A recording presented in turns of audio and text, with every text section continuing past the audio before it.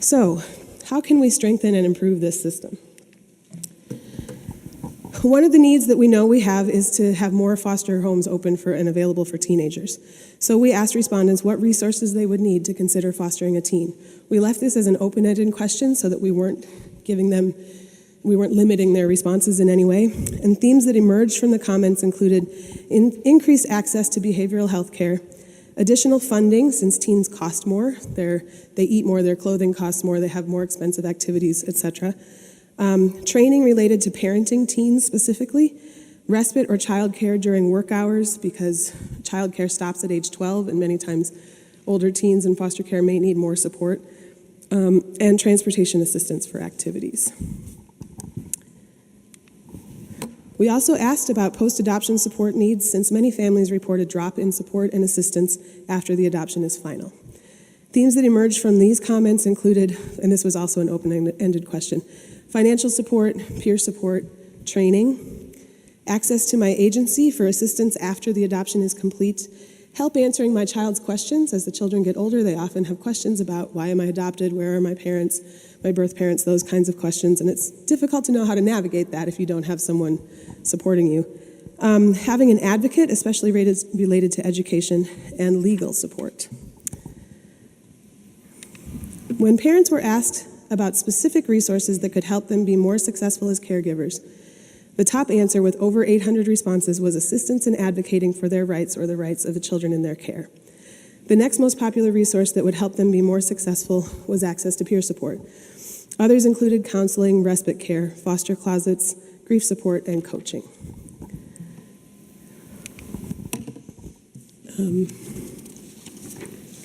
Finally, when asked more generally, what would help foster, adoptive, and kinship parents be more successful in West Virginia, they selected from the following 5 options: being involved in the decision-making process, having my voice heard in court, participating as a member of the team, access to more services, and peer support. We did give them the opportunity to check other and type in some responses, but we haven't been able to analyze all of those yet.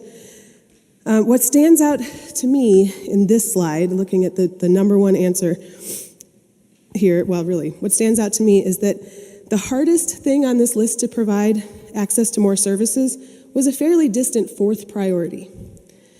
The top 3 priorities for things that foster parents said would help them center around how foster parents are seen and treated by the system. So while increasing access to services is a necessary long-term goal, and we saw that in other places in the survey, and it will take time to achieve that, but the top 3 answers do not require a great deal of funding, large policy changes, or several new programs that we need to establish and staff and train people for. They simply require us all to honor and value foster, adoptive, and kinship parents for the invaluable contributions they make to caring for our most vulnerable children by valuing their input and giving them a voice. The network that I'm the director of serves to amplify the voices of foster parents collectively by providing advocacy and peer support and other services. We are pleased to have the survey analysis which affirms the same priorities, challenges, and opportunities, and I'm happy to answer any questions to the extent that I'm able. Thank you. Are there questions? Delegate Peck. Thank you, Mr. Chairman, and thank you for being here. It seems to me like, based on the results of your survey, that there are 2 things that seem to me most troubling. One is the lack of consistency across agencies, and the other is relating to foster parents' interactions within either the court system directly or the GAL. You agree with that? Is that a reasonable assessment? It's a fair assessment, yes. Okay.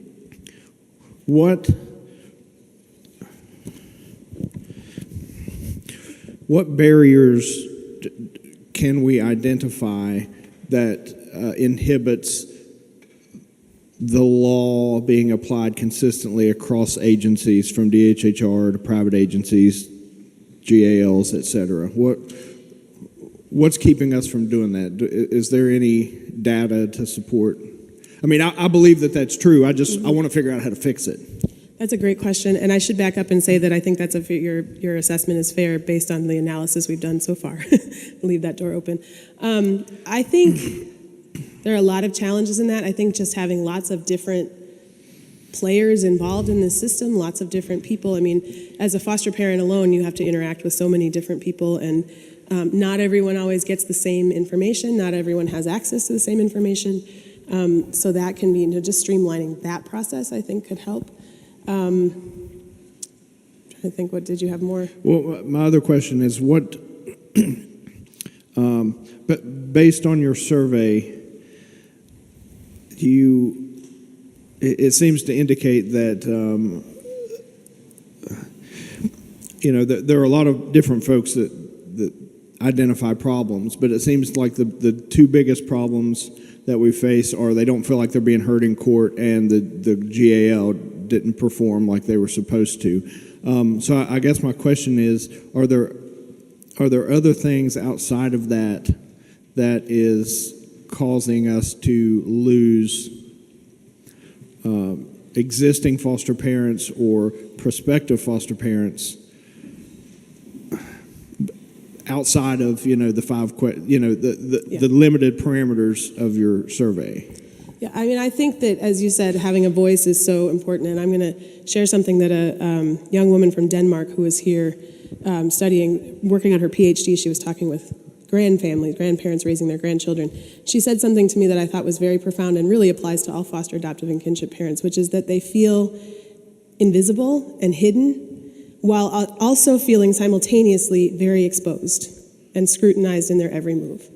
And I think that right there is a key in terms of just the feeling of frustration, the feeling of not being heard by anyone in the system, whether that's the GAL, whether it's their CPS worker, whether it's at the court. It's just feeling sort of like they're out there operating and providing these very crucial services, but not really having a voice in the process. Okay, thank you. I see the Supreme Court is also presenting, so Yes. I appreciate you presenting this so that Thanks. that will lead to some questions further. Thank you, ma'am. Thank you, Mr. Chairman. And if I can just add, I'll also say I think beyond having a voice, there are more concrete things, like we said, like advocacy, peer support, respite care. Trying to think what else. There are some access to more services, some really concrete things that can help as well. Delegate Butler. Thank you, Mr. Chairman. Following up on the delegates' questions, is there currently some kind of a guideline published to set up the rules and how often people should be visited and all that thing, or is it just kind of everybody just kind of doing their own thing? So there are several documents, which is part of the challenge. It can be difficult to understand what's where. There's CPS policy that dictates when CPS workers should come. There are rules and contracts for the private foster care agencies that both have some say over some of that. Of course, state code as well. And there's the bench book, or the rules and procedures for the court, that has some guidelines for guardians ad litem. Trying to think if I'm missing anything. There's a whole lot of different places that you kind of have to look and sort out what's there. But yes, there are some different things. Okay, so it sounds like, and correct me if I'm wrong, the only ones that the state in some form, the legislature maybe, the only one that the legislature wouldn't have some input into would be the private contracts. Would that be accurate? I think that there can be input into, depending on what's in code, and some things in policy can be in code, depending on how the legislature wants to do that. But there are things with regard to DHHR's functions that can be legislated. There are things with regard to the private agencies, certainly. I think that there are things in terms of defining who is seen at the or who is part of the multidisciplinary team. Some of those things can be defined. Actually, some of the having a voice in court is already in both federal and state legislation. We have a federal right to be heard by the court, and state code also says that we're to have a meaningful right to be heard. That doesn't always mean it happens, though. So there are some things that, there's some ways that we can also impact the judicial system. Okay. Are you aware of any attempts to sort of streamline this, put it all into one packet, so to speak, to make it easier for everyone to follow?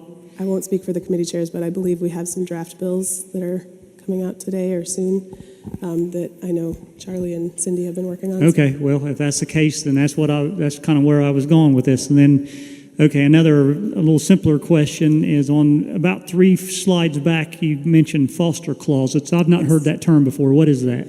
So a foster closet is essentially, sometimes people refer to them as foster pantries or something. It's essentially a central location, a lot of times they're run by churches, that houses things that foster parents might need really quickly. So cribs, usually not mattresses or beds, clothing in different sizes, toys, bottles, bassinets, those kinds of things, so that if you get a placement in the middle of the night, and really quickly, if I can, I'll share a story about that. Really recently on our Facebook group, which has 560 some people in it now, someone posted and said, I have a friend who just got 2 children placed with them and they came with nothing. They're not going to get a voucher because this is their second or more placement. And they have no school clothes, no Christmas presents, family needs beds, they need all this stuff. Within about an hour, I think we had taken care of just about every need.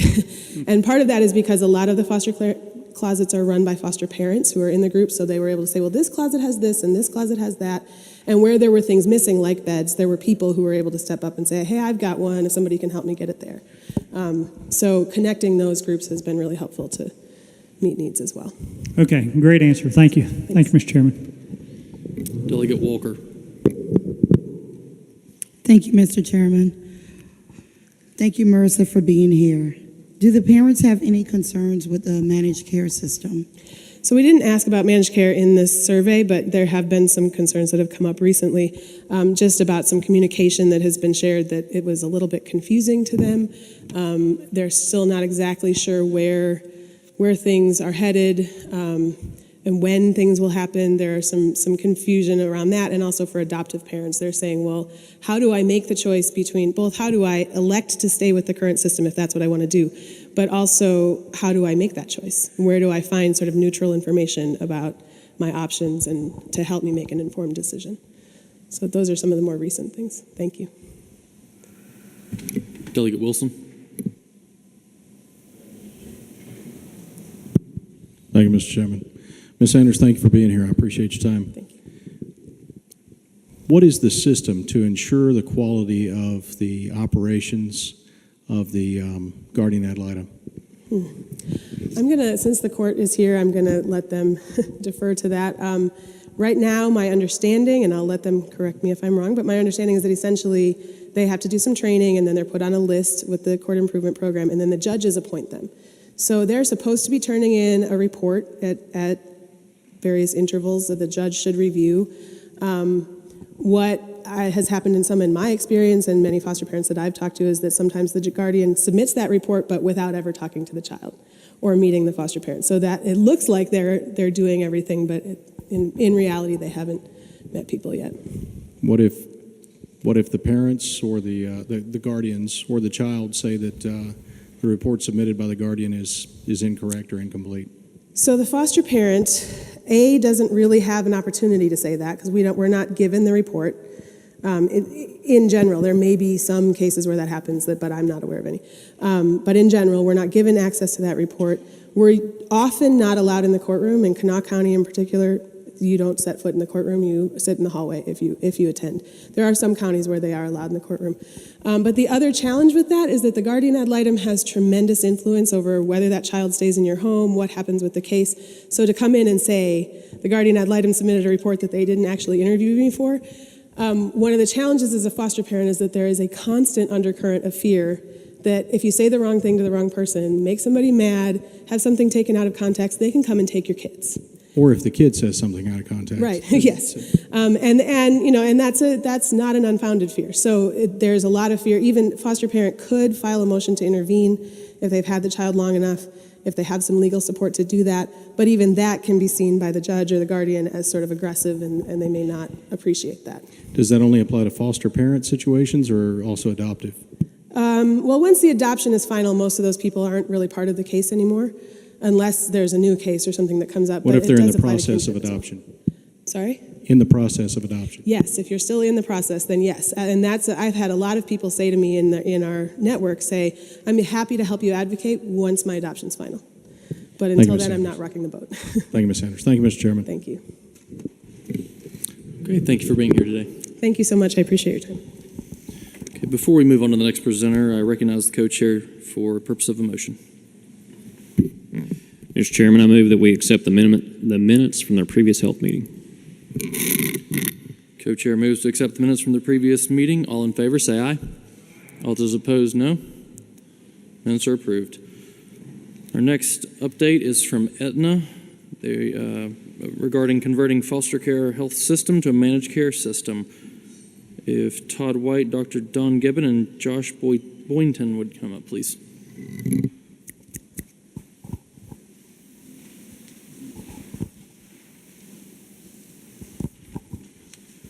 Thank you, sir. And I will just swear you all in at one time. Do you swear to tell the truth, the whole truth, and nothing but the truth to help you God? Yes, sir. Proceed. Thank you very much for the opportunity to come and speak with you today about the activities that we're seeing with our partnership with the bureaus and the DHHR and the state as we try to move this program forward for the new foster care model with West Virginia. So very quickly, I wanted to touch on a few things about the plan, and then I'll turn it over to Josh Boynton and Dr. Gibbon to talk a little specifically about the care model that we're bringing to the state and hope to achieve similar quality outcomes that we're seeing across the TANF population here in West Virginia.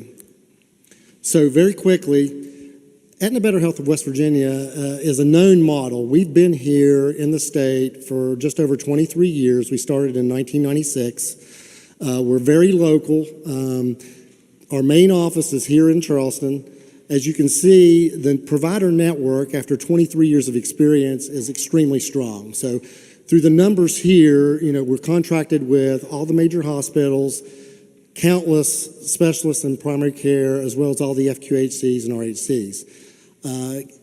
In addition to what you see with the provider partnerships, we have specialized value-based partners that we have contracts with, such as Charleston Area Medical Center, Marshall Health, and other key providers to try to drive the quality outcomes of the populations that we serve higher. And you'll see in a bit from some of the quality metrics, we're really starting to really make great ground in bringing West Virginia's numbers up and above. As I mentioned earlier, the headquarters is here in Charleston. So some of the key components of the staff here at Aetna Better Health are located in the state. As you can see, the executive staff is located here. Such departments like quality improvement and provider relations, and as Dr. Gibbon will get into in a minute, the care management model is very unique and very well suited for the West Virginia population, and I believe it will very easily transfer over to the foster care model to help improve the outcomes and the care for that population as well. So very quickly also, I'm sorry, can you go back to the previous slide? I wanted to touch on one other thing. So one of the big things that we've seen when we moved to the Aetna model is member services. So member services in many, many different organizations are located at a central hub. We don't believe in that. We believe that West Virginians know better the the culture of West Virginia. So we moved our member services staff right here in downtown Charleston in the United Bank building. They understand that looking at a map and saying the distance between Spencer, West Virginia and Charleston, West Virginia to go to a visit to see their primary care of the hospital is not a 20-minute drive. So that is a key component that we feel we bring to this program as well. Okay, Josh, I'm sorry. So as everybody saw in the news, Aetna merged with CVS in late 2018. So what we want to talk about here very briefly is we're looking to leverage the CVS Aetna model to bring more resources to the system to help drive better results. The key component of this slide here, and you can see it and read it at your own time, is the Be Local model. That is something we firmly believe here at Aetna Better Health. Okay. So some of the quality outcomes that we're seeing that we hope that will transfer over to this population. We are the highest ranked Aetna Better Health plan across the whole country here in West Virginia. Our NCQA rating that just came out, and the links there you can see at your own time, is a 4.0. We're one of the very select few at that level. The HEDIS scores, which I won't go into the details, HEDIS is a national standard on how we measure quality metrics across the population. As an example, immunizations, well child checkups. It's measured the same across the country. You can see the 3 years here where the numbers we have with our current TANF populations has been increasing. This is something we hope to bring to the population for the foster care model. And the bottom numbers there are very quickly, we must do a state audit through the state contract. It's called an ECRO audit. They measure from A to Z how our processes are in place, our policies are in place to make sure we are appropriately serving our population, and our scores have been superior the last 4 years, as you can see there. Okay. So one of the other things I wanted to touch on, at Aetna Better Health of West Virginia, having 23 years of experience also means you end up being a pilot location for several different programs within the Aetna universe. So here are several that you can read through, and Dr. Gibbon will talk about a few.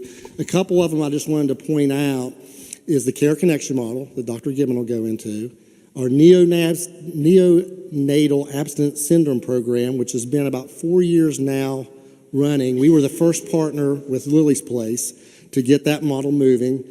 And also we have several community-based projects like with Mountaineer Food Bank and Facing Hunger Food Bank in Huntington. We do a lot of mobile food pantry and insert a lot of care coordination and a lot of health information with those programs as well. Okay. So Dr. Gibbon will talk about our Care Connection model. Thank you. I'm Dr. Don Gibbon. I'm an emergency medicine trained physician with additional training in child abuse and neglect. And I was my local Child Protective Services multidisciplinary team physician for about 10 years. So, I mean, this means a lot to me. The child welfare system is very complicated. There are multiple entities and agencies. It can be a fragmented system, and we intend to decrease that fragmentation and increase communication between the different entities. Our care management teams are part of that solution. And if you know care managers, they are nurses, and they have some of the biggest hearts in healthcare. They truly care about the patient, and they're going to help them navigate the child and the family, navigate the care system. They're going to help them coordinate care, and they're going to communicate also with the Child Protective Services caseworkers. So to improve on our model even further, we developed an innovation here in West Virginia called the Care Connection model. And it's being instituted across Aetna Medicaid National thanks to what our people did here. So we have regionally located care management teams. So these care managers and their teams, they live in the local communities that they serve. They know the local resources available, so when somebody does need an item, they know where to go in that community and find it and bring it to them. This care communication team, is the bridge between the family, the child, and everybody else involved, So they also know that local culture. So, one part of the state is different from another, but the people working there, living there know that. Also, to ensure a seamless transition, there will be no change in the way that socially necessary services that are requested We will be using KeyPro, who is currently running that program. So the KeyPro staff, they will become part of our care system and part of our planning. We need their expertise in this side. Next one. So if you look here, this is the map of some of the sites that we are embedded in practices and hospitals. Currently, we have 22 sites, and we will be increasing that number. If you know anybody, we want to go there. Next one. So we've had success in this model. In the first year alone, we had a 7% decrease in our ER visits. We had a 14% decrease in our readmissions. And we had a 300% increase in our face-to-face care management visits. So the goal, we don't want to be there talking on the phone to people. We want to be there locally, meeting them face-to-face. We want to meet them where they live, and we want to get to know them. We've had previous success with our NAS program. NAS stands for Neonatal Abstinence Syndrome, and that's when a baby goes through withdrawal if a mother had been using drugs. Whereas previously, 90% of those infants went into foster care. Through our early intervention in this care management program, 90% now stay with the mothers and they do not go into foster care. So this care management model works, and it's going to aid the child welfare system. Thank you. Good afternoon. My name is Josh Boynton. I'm with the Medicaid Complex Care Team, and I can tell you that we are honored to have been chosen for this contract. We are excited. We don't take this responsibility lightly at all. This really is a critical juncture in West Virginia in the journey to address some of the things that Marissa and her team have found in the surveys, and we've heard all across this state. The challenges certainly are great. But I can tell you one thing, that the innovation and the spirit and the commitment of West Virginia to get this right is greater. So our approach as a healthcare partner in this state is to stand shoulder to shoulder with you, with the state, with our families, with kids, with stakeholders and advocates alike. Our job is to empower and help support individuals be the center of their own care in the context of their family and in the context of the greater community. I believe really that the stars are aligned here, right? We've got the Family First Act on the federal level that just went into a law October 1st. We've got the local policy that House Bill 2010 has put forth right here. We've got the initiatives that DHHR are working on when it comes to the SED waiver to bring needed behavioral health services to kids that are in psychiatric residential treatment facilities and on. And really the providers and advocates and the work that we're seeing each and every day. This state is doing some amazing things. So let me be clear that Aetna is not here to bring the solution. We're here to convene. The solutions really are in West Virginia. They're in the families, they're in the kids, they're in the providers, they're in our neighborhoods. Our job is to simply convene and facilitate, and as I mentioned, stand shoulder to shoulder as a healthcare partner. You'll see our model, and we certainly would love for you to ask questions, and this is going to be an ongoing relationship and partnership, and so there'll be many opportunities for us to get together. But at the end of the day, our model and our approach is simple. It's putting the child and the family at the center of their care and asking a very simple question: what is your vision for a good life? And then using tools like charting the life course out of UMKC in Missouri to help families and kids build a positive trajectory for their life. Tools like collaborative family engagement. We heard that it's a fragmented system, and I'm a firm believer that a fragmented system creates fragmented people, and fragmented people are oftentimes in crisis. Tools like the Hero Workshop that you may have seen on the news here in West Virginia, where peer support, one of the things that you mentioned, Marissa, in your survey. Kids that are aging out of foster care. Let's change that. Let's have kids age into a community of people that truly care and love them for who they are. So at the end of the day, I just want you to know that we're here, we're excited, we're honored to be here. The stakes are high. Kids and families' lives hang in the balance, and we take this extremely, extremely serious. And we look forward to the continued partnership and advance. Thank you for your support and willingness to work with us. So we're going to open it up to questions. Thank you. Other questions? Delegate Staggers. I was hiding over here. I'll just address this to Dr. Grove as a fellow emergency physician. How could you ever give up the adrenaline? That's not a real question. I have an answer. My question is, let's just say that Aetna takes care of all the foster children. There's an emergency. This is a two-part question. There's an emergency. You go to an emergency department that Aetna does not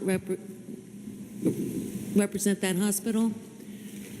Is that hospital going to get paid? And then the second question, the foster children, let's just have, or the family has always used a certain pediatrician or a certain doctor.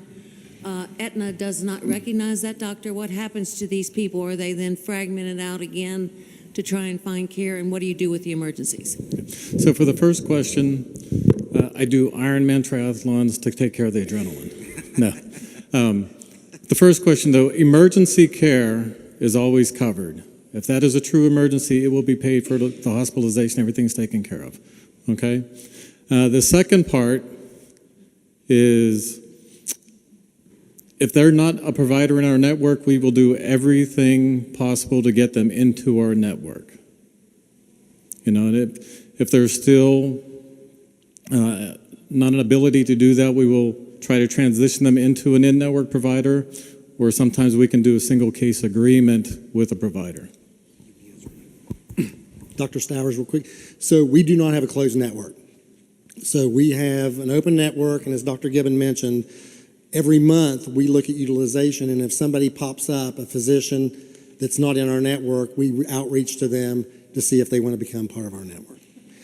Typically, the only time we do not have someone in the network that's excluded, it's because of credentialing issues.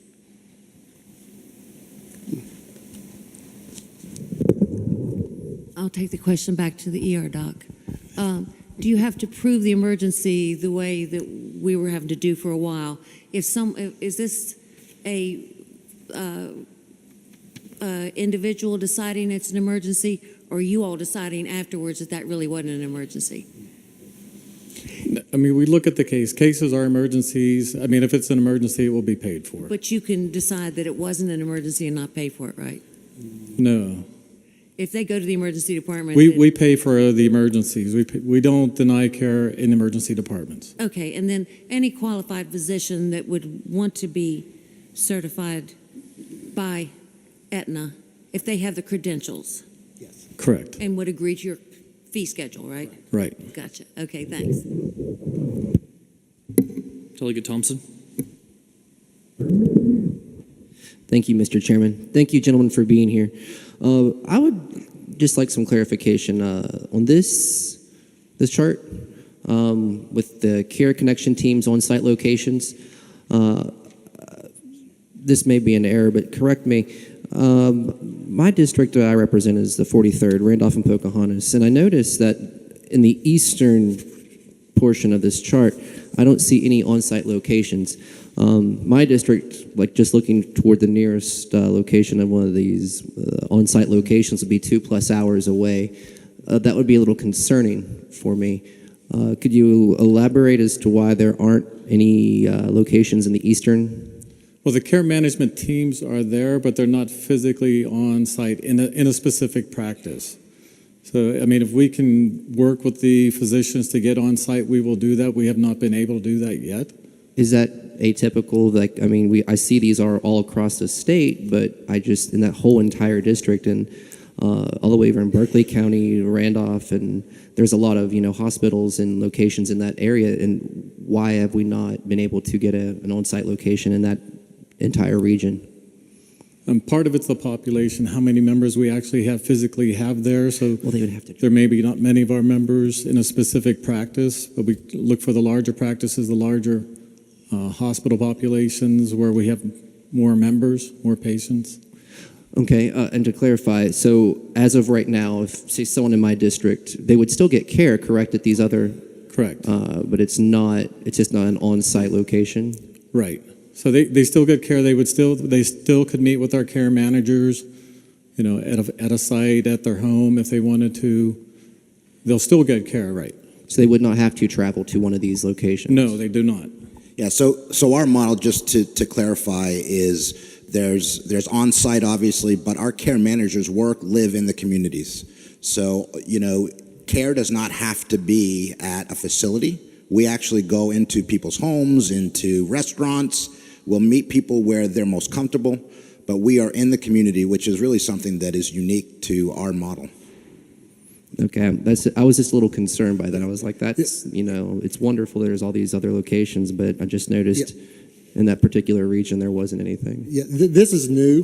This is part of the Care Connection team. We were on site at our first partner was Charleston Area Medical Center. And as we rolled this out, and we have staff now throughout the whole state, we're working to get in, as Dr. Gibbons said, especially where we have a lot of membership in the local area. But it's also at the provider's discretion. If they don't want us there, we don't push them and say we have to be there. But we've never had an instance where someone said, yeah, I want your case manager to come on 1 day a week, 2 days a week and meet with the patients. We've never had an instance where someone says, no, we don't want you anymore. Typically, it's we want you more often because they're just another tool in the toolbox for that practice. They're there to help them with making sure they get their prescriptions filled and make sure their care plan is updated correctly. Okay. So will you be working to maybe build some more connections and add some more on-site locations? Absolutely. As I said, a couple of years ago, I think we were only on site in 2, and now we're in 22. Okay. Thank you, guys. Thank you, Mr. Chairman. Further questions?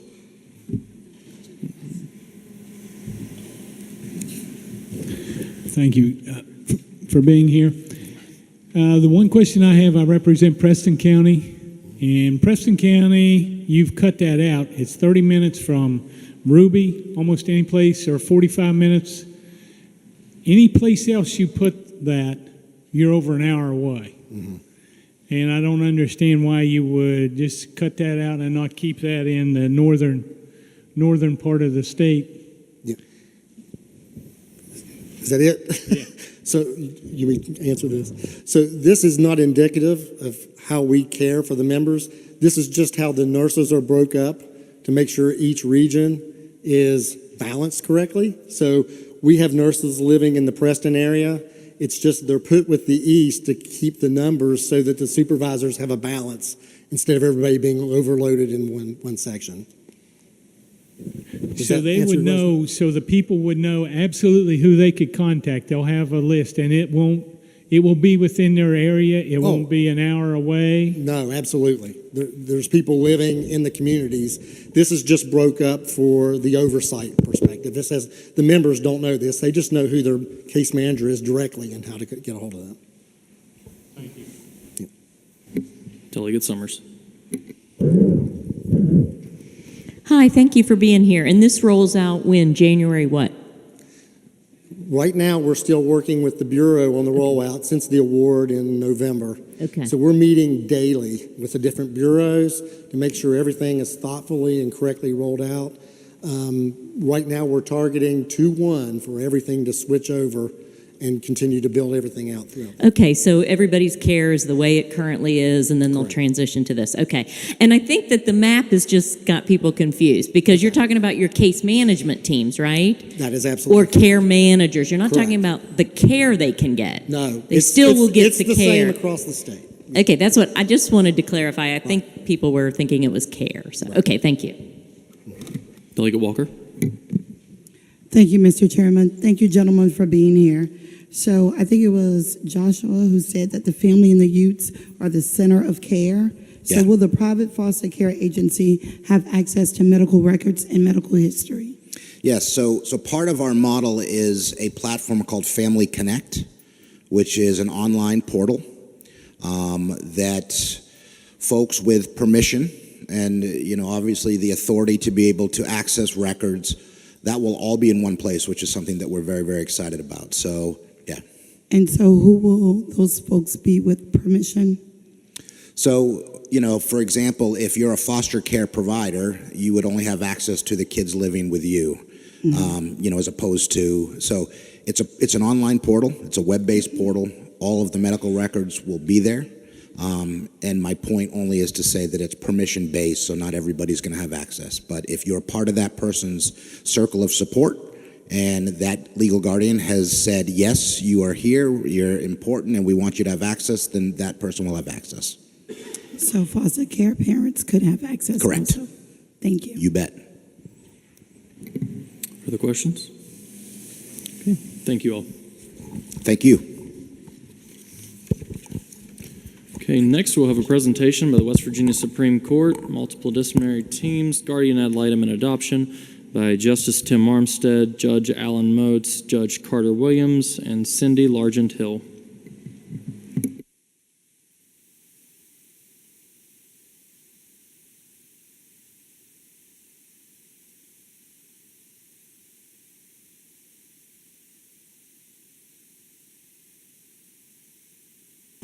Okay. Well, good afternoon. It's a pleasure to be back in the House chamber in a little bit of a different capacity. It's